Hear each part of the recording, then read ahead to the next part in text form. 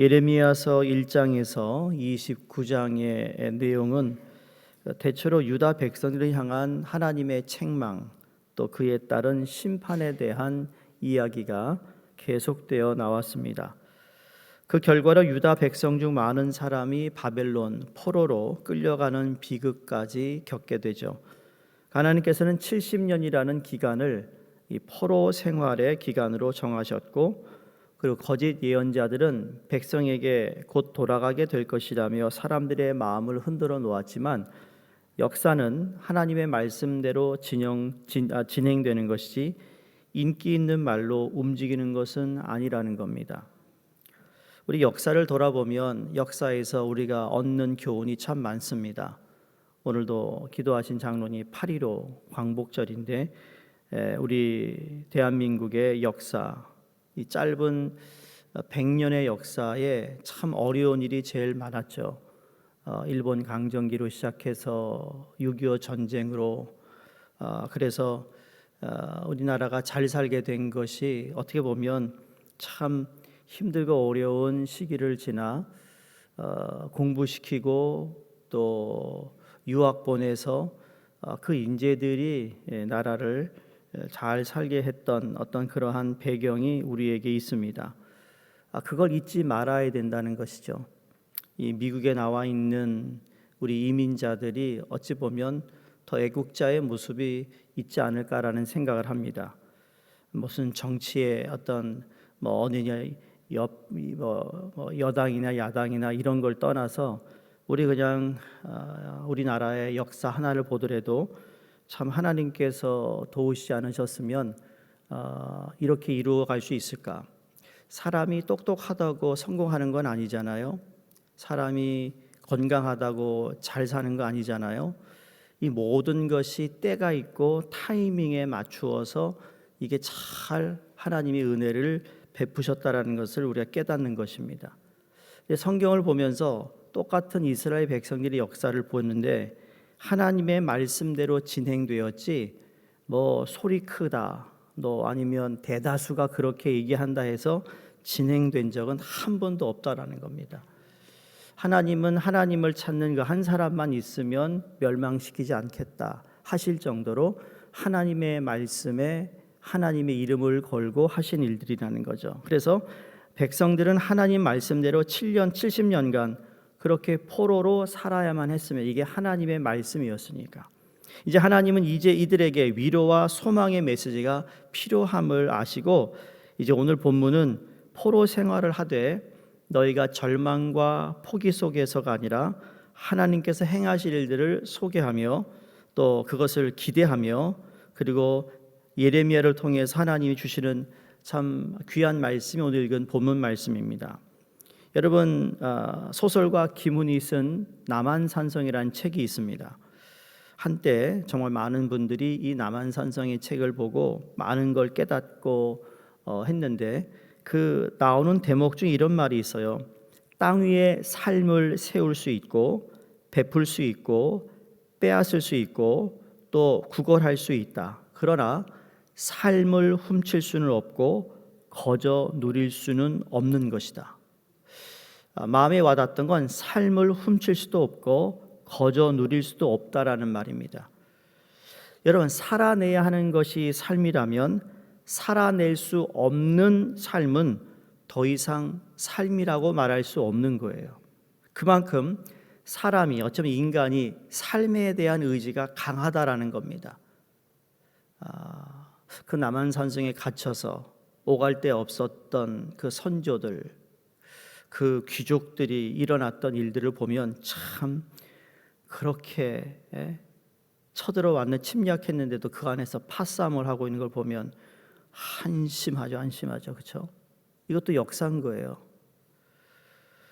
우리 한인 사회가 얼마나 큰지 모르지만 크면 크고 작았지만 작는데 그저 서로 못 잡아먹어가지고 하는 모습 보면, 근데 그 모습이 때로는 교회에서도 있을 수 있어요. 때로는 우리 작은 공동체에 있을 수 있거든요. 그러니 삶은 훔칠 수도 없고 거저 누릴 수 없다라는 말이 지극히 옳습니다. 하지만 걸리는 것이 하나 있어요. 삶이라는 것이 여러분, 세우는 것이고 베푸는 것이고 때론 빼앗기도 하고 아니면 구걸할 수 있는 것이라면 그리해서 세워지고 누리고 뺏고 얻는 삶이 있다면 그 삶은 어디로 나아가야 하는 걸까라고 물어야 됩니다. 자, 뺏었어. 일단 그 다음에 삶의 방향이 뭐냐는 거예요. 그러한 삶을 살아낸 듯 무슨 의미가 있느냐라는 거예요. 너무 좀 아침부터 죄송합니다. 헤비한 얘기하는 것 같은데, 근데 이걸 물어야 된다는 거예요. 저는 아침에 하나님께 기도한다는 시간이 그냥 하나님께 그냥 막 내 하소연 얘기하는 게 아니라 조금 깊게 하나님, 내 인생에 내가 어제 누구 일을 통해서 내가 기분이 나빠가지고 그 사람을 상처를 냈는데 지금 생각해보니까 내가 참 어리석은 것 같아요. 그런데 내가 마음이 편한 것도 아니고 그 사람도 마음이 편하지 않았을 텐데 내가 왜 그랬을까? 왜 내가 이런 모양일까요? 이런 나를 좀 성찰할 수 있는 시간이 아침 시간이 아닌가요? 그게 고요한 시간이에요. 그렇죠? 우리의 기도가 좀 업그레이드 해야 되지 않느냐라는 거예요. 여러분 세상에서 맞아요. 힘들게 그렇게 돈 버느라고 그렇게 어렵게 하셨어요. 자, 그러면 그 삶의 의미가 뭐냐는 거예요. 영어로 영어권 사람들이 얘기를 하는 게 뭐냐면 So okay, at the end of the day, 자, 오늘 하루의 일과를 다 마친 후에 내게 그러면 삶의 의미가 뭐였어? 내가 오늘 그렇게 살아온 결과가 뭐지? 열매가 뭐지? 물을 수 있어야 되는, 여러분이 그렇게 힘들게 일해서 오늘 내가 삶을 하루 잘 살아냈거든. 그런 그 삶의 의미가 뭐야? 자, 오늘 본문의 말씀에서 보면 그 의미를 우리에게 성경이 가르쳐주고 있어요. 하나님의 말씀이 틀린 것은 그 삶이 이스라엘 체념으로 비집고 들어올 때였습니다. 자, 4절 5절을 보시면 처녀 이스라엘아 내가 다시 너를 세우리니 내가 세움을 입을 것이요 내가 다시 소고를 들고 즐거워하는 자들과 함께 춤추며 나오리라. 내가 다시 사마리아 산들에 포도나무들은 심되 심는 자가 그 열매를 따기 시작하리라. 아멘. 여기 다시라는 단어를 보세요. 다시라는 말씀이 새 삶을 규정해 주고 있어요. 자, 그 삶을 세우는 분이 누구예요? 하나님. 그 삶이 나가야 할 방향도 하나님. 그리하여 새로 살아내야 하는 삶의 의미도 하나님 안에 있다라는 거예요. 하나님 안에. 이스라엘이 다시 시작하는 삶은 눈물을 닦고 소고를 들고 춤을 추는 삶이요 무너져 내린 땅에서 포도 열매를 거두는 삶이에요. 자, 포도나무는 심고 기다려야 되는데 오늘 본문 뭐라 그러죠? 포도나무를 심는데 즉각 열매를 얻겠다. 누가 한다고요? 하나님이. 이게 우리 하나님이시라는 거예요. 하나님 어쩌면 여러분 삶에 다시 하자. 그런 음성이 들리는 분도 있어요. 다시 세우자. 다시 일어나라. 다시 올라가자. 여러분 과거에 우리 한국에 again이라는 단어가 크게 한국에서 그냥 막 벌럭거리고 있으면 그런 적이 있었어요. again. 왜 again이었죠? 벌써 잊으셨어요? 월드컵에 히딩크가 감독이었을 때 올라갔잖아요. 그 다음에 또 다시 이제 월드컵 시작됐는데 그때 뭐예요? again이었다. again. 진짜 모르시는 거예요? again. 여러분 코로나가 지났어요. 코로나 지난 다음에 제가 기억합니다. 코로나 지난 다음에 또 유행했던 단어가 뭔지 알아요? 그때도 again이었어요. again. 다시 일어나자. 다시 교회요 활성화하자. 그래서 again 이라는 단어를 제가 사용한 적이 있어요. again. 여기 보면 정말 우리가 삶이 무너졌고 포도 열매가 없고 땅도 메마르고 전쟁에 침략을 당해 포로로 갔지만 이제 하나님이 다시라는 단어를 주세요. 이 다시 시작하자라는 것. 자, 이 하나님의 진심을 20절 한번 보세요. 하나님의 진심을 20절에서 알 수 있는데 에브라임은 나의 사랑하는 아들 기뻐하는 자식이 아니냐. 내가 그를 책망하여 말할 때마다 깊이 생각하노라. 그러므로 그를 위하여 내 창자가 들끓으니 내가 반드시 그를 불쌍히 여기리라. 이게 이스라엘 백성을 향한 하나님의 마음이었어요. 여러분, 만드는 것과 낳는 것의 차이가 뭐예요? 만들다와 낳다의 다른 점이 뭐예요? 만든다라는 것은 피조물이라는 것이고 낳는다라는 것은 자녀예요. 아들이에요. 사람은 하나님이 낳은 자가 아니요 하나님이 만든 자, 우리는 피조물이라는 거죠. 따라서 사람은 하나님의 아들이라 아니라 하나님의 피조물이라 해야 맞는 거예요. 그런데 하나님은 사람에 불과한 이스라엘에게 아들이라고 말씀하고 있어요. 사랑하는 아들아, 기뻐하는 자식아. 그러니까 하나님은 조물주의 자리에서 이스라엘을 내려보신 것이 아니라 아버지의 자리에서 이스라엘과 눈을 맞추고 계셨어요. 눈을 맞추는 마음, 그 마음이 하나님의 영원한 사랑이었다라는 거죠. 그리하셨기에 이스라엘을 죄를 보시고 징계하실 때도 창자가 끊어지는 아픔을 견디셔야 했다라는 거예요. 지금 예레미야 29장까지 하나님께서 이스라엘 백성을 책망하는 그 책망이 그냥 홧김에 나가 책망하는 게 아니라니까. 우리 인간하고 달라요. 인간이 화가 나니까 그냥 막 나가잖아요. 그런데 하나님 아니에요. 사랑하기 때문에 창자가 끊어질 정도로 아픈 거예요. 그들을 징계하고 때릴 때마다. 그 진심을 누가 헤아렸으며 누가 그 마음을 가늠해 보았느냐라는 거예요. 하나님보다 죄를 원했고 죄의 달콤함에 취해 살면서 자기 자신에게만 골몰하며 하나님이 어디 있느냐 본체만 채하는, 여러분, 그 이스라엘 백성을 향하여 하나님의 마음이 그랬다라는 것을 지금 보여주고 있습니다. 그럼에도 불구하고 하나님이 야곱을 구원하세요. 사람을 너무 속량하시는데 여러분 12절 13절 한번 보겠습니다. 그들이 와서 시온의 높은 곳에서 찬송하며 여호와의 복꽃 곡식과 새 포도주와 기름과 어린 양의 떼와 소의 떼를 얻고 크게 기뻐하리라. 그 심령은 물된 동산 같겠고 다시는 근심이 없으리라 할지어다. 그때에 처녀는 춤추며 즐거워하겠고 청년과 노인은 함께 즐거워하리니 내가 그들의 슬픔을 돌려서 즐겁게 하며 그들을 위하여 그들의 근심으로부터 기쁨을 얻게 할 것임이라. 아멘. 이 13절이 참 미국 분들에게도 아주 유명한 대목 중에 하나예요. I will turn your mourning into gladness. I will give them comfort and joy instead of sorrow. 슬픔을 돌려 즐겁게 하고 그들을 위로하는데 그들의 근심으로부터 기쁨으로 돌려놓겠다라는 말씀이에요. 하나님이 이스라엘에 주고 싶은 것이 바로 이것이었어요. 곡식과 새 포도주와 기름과 어린 양떼와 소떼입니다. 처녀들의 춤과 즐거움, 청년과 노인의 웃음, 온 이스라엘을 향한 위로와 기쁨입니다. 가만히 보니 구원의 삶이 거창하지 않습니다. 그들에게 하나님이 금은보화를 내려주신 것도 아니고요. 갑자기 성을 착착착착 쌓아가지고 성이 완성된 게 아니에요. 그런데 일상적인 생활 가운데 잃어버렸던 기쁨을 회복해 주세요. 울음을 웃음으로 하나님이 바꿔놓으세요. 여러분, 구원의 삶이 아주 대단한 거창하지 않다니까요.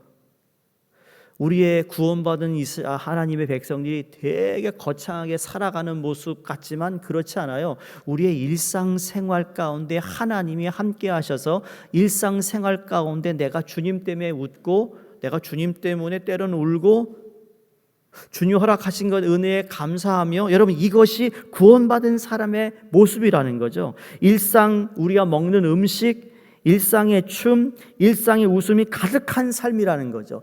대륙을 정복하여 영웅의 칼에 구원의 빛이 걸려있지 않고 오히려 땅에서 곡식을 캐는 농부의 곡괭이에 하나님의 구원이 넘칠거리고 있다는 거죠. 넘실거리고 있다. 그 구원을 살아내는 삶, 그 삶이야말로 하나님이 다시 우리에게 주고 싶은 삶이라는 거예요. 기쁨을 잃으셨어요? 하나님이 다시 주실 수 있다는 거죠. 울고 계세요? 주님이 웃음을 주실 수 있는 분이라는 거예요.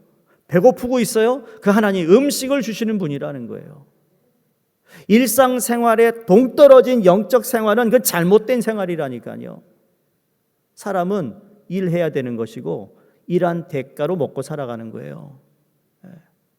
주님이 그냥 하늘에 뚝 떨어지지 않는다니까요.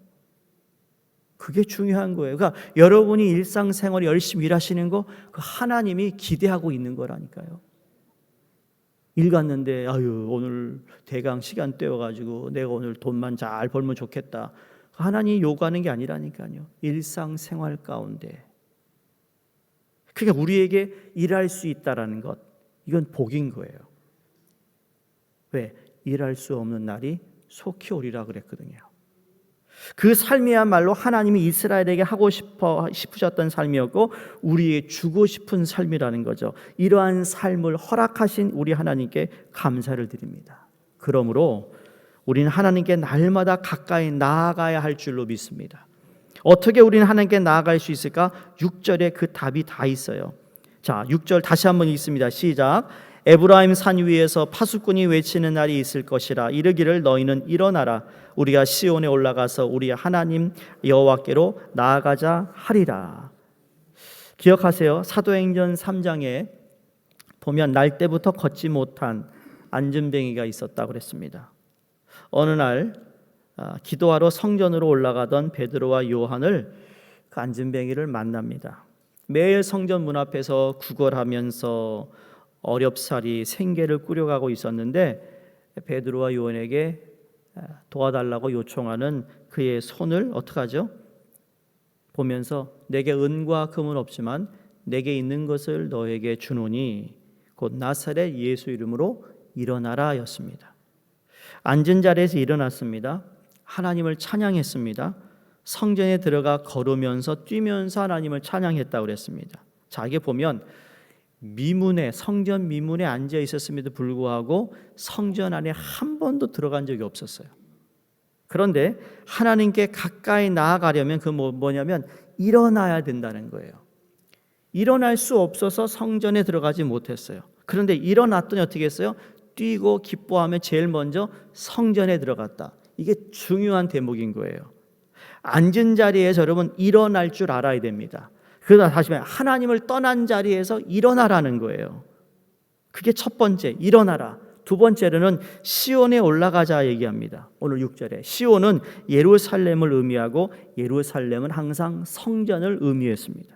성전은 하나님께 예배드리는 곳이잖아요. 우리는 시온으로 올라가야 한다. 다시 올라가는데 어디로 올라가느냐? 저 산행을 가는 게 아니고 저 푸른 초원을 가는 것이 아니라 우리는 하나님께 예배드리러 가야 된다는 거예요. 하나님이 여러분의 삶에 다시 기회를 준다면 그 기회는 물론 나를 다시 힘을 주시고 일할 수 있게 하시고 뭐 좋은 걸 주시지만 제일 먼저 해야 될 것은 하나님께 나오는 것을 제일 먼저 해야 된다는 거예요. 여러분 육신이 아팠는데 회복됐어요? 주님께 나와 예배 드리라는 거예요. 여러분 일주일 동안 열심히 일해서 얻은 수확이 있지만 그럼에도 불구하고 그 첫 주를 하나님께 먼저 드리고 일주일을 살아야 우리의 삶이 편하다라는 거죠. 그걸 하라는 거예요. 그거를. 왜? 그걸 못했거든요 그동안. 그러니까 시온을 가까이 하라. 성도님도 오늘 우리의 시온은 어디입니까? 멀리로는 하늘나라지만 여러분 일상생활에 가까운 여러분의 교회가 오늘 이 당시에 이 시대에 시온과 같은 거예요. 그럼 우리 뉴욕교회와 감사하고 기뻐하며 하나님께 예배 드릴 줄 아는 믿음을 다시 회복해야 된다는 사실입니다. 근데 하나님은 그냥 시온으로 오라고 하지 않습니다. 오라는 말씀에는 여러분 놀라운 은혜와 복이 있어요. 그냥 오라 하지 않으세요. 이 말씀하라고 마칩니다. 10절과 14절의 내용을 보면 읽지 않겠습니다만 여기에 하나님의 놀라운 복이 있어요. 야, 네가 만약에 나에게 일어나 올라와서 그리고 네가 나에게 예배를 드리기 시작하면 10절에 하나님이 내가 너희를 지킨다. 12절에 하나님이 너의 심령을 물된 동산 같게 하여 근심 없게 하겠다. 13절에 우리의 슬픔을 돌이켜 즐겁게 하겠다. 하나님이 우리의 위로를 근심한 후에 기쁨을 얻게 하겠다. 14절에 하나님이 우리의 심령을 흡족하게 하겠다. 14절에 하나님 우리를 만족하게 하겠다. 믿으시면 아멘 하세요. 네? 그걸 약속하셨어요. 우리 하나님은 절대로 그냥 하라는 법 없어요. 맹종을 얘기하지 않으세요. 무조건 해야 하지 않. 그 하라고 할 때는 이미 하나님이 계획이 있는 거예요. 하나님이 하실 일이 있다니까요. 거기에 내가 순종에 따를 때 하나님 그거에 대한 내게 알려주지 않은 그 더 큰 것을 준비하고 계신 하나님이에요. 부모가 자녀를 교육할 때 그러듯 하나님은 더 기쁘세요. 더 넓고 더 높고 그 하나님이 우리의 약속의 말씀이에요. 그러니 다시 일어날 분 일어나시고 다시 올라갈 분들은 올라가시고 다시 여러분이 세워져야 할 분은 세움을 통하여서 하나님이 약속하신 이 놀라운 축복, 이스라엘 백성들 정말 메마른 땅에 척박한 땅에 살 길이 없는 소망이 없는 그 가운데 주셨던 이 말씀이 힘이 되었듯 예배 가운데 하나님께로 더 가까이 나아감으로 하나님 우리에게 주시고자 한 약속 모든 복을 다 받아 누리시는 우리 성도님 되시기를 주의 이름으로 축원드립니다. 기도하겠습니다. 하나님 아버지, 연약하고 부족한 우리를 주의 백성으로 삼아 주시고 날마다 푸른 풀밭 쉴 만한 물가를 인도하여 주시니 감사합니다. 주님 안에서 누리는 이 안식과 평안이 늘 멈춰지지 않고 계속 이어질 수 있도록 하나님 은총을 베풀어 주시옵소서. 주님께 가까이 나아감으로 주님의 지키심 가운데 근심이 있어도 주님 앞에 그 근심을 가지고 나오며 근심을 돌려 기쁨을 주시는 하나님, 우리의 삶에 필요한 것을 채우시는 하나님, 우리가 기대한 것 이상으로 허락하시는 하나님을 늘 의지하며 신뢰하며 동행하는 우리의 삶 가운데 하나님 흡족한 은혜가 우리 가운데 넘치도록 축복해 주시옵소서.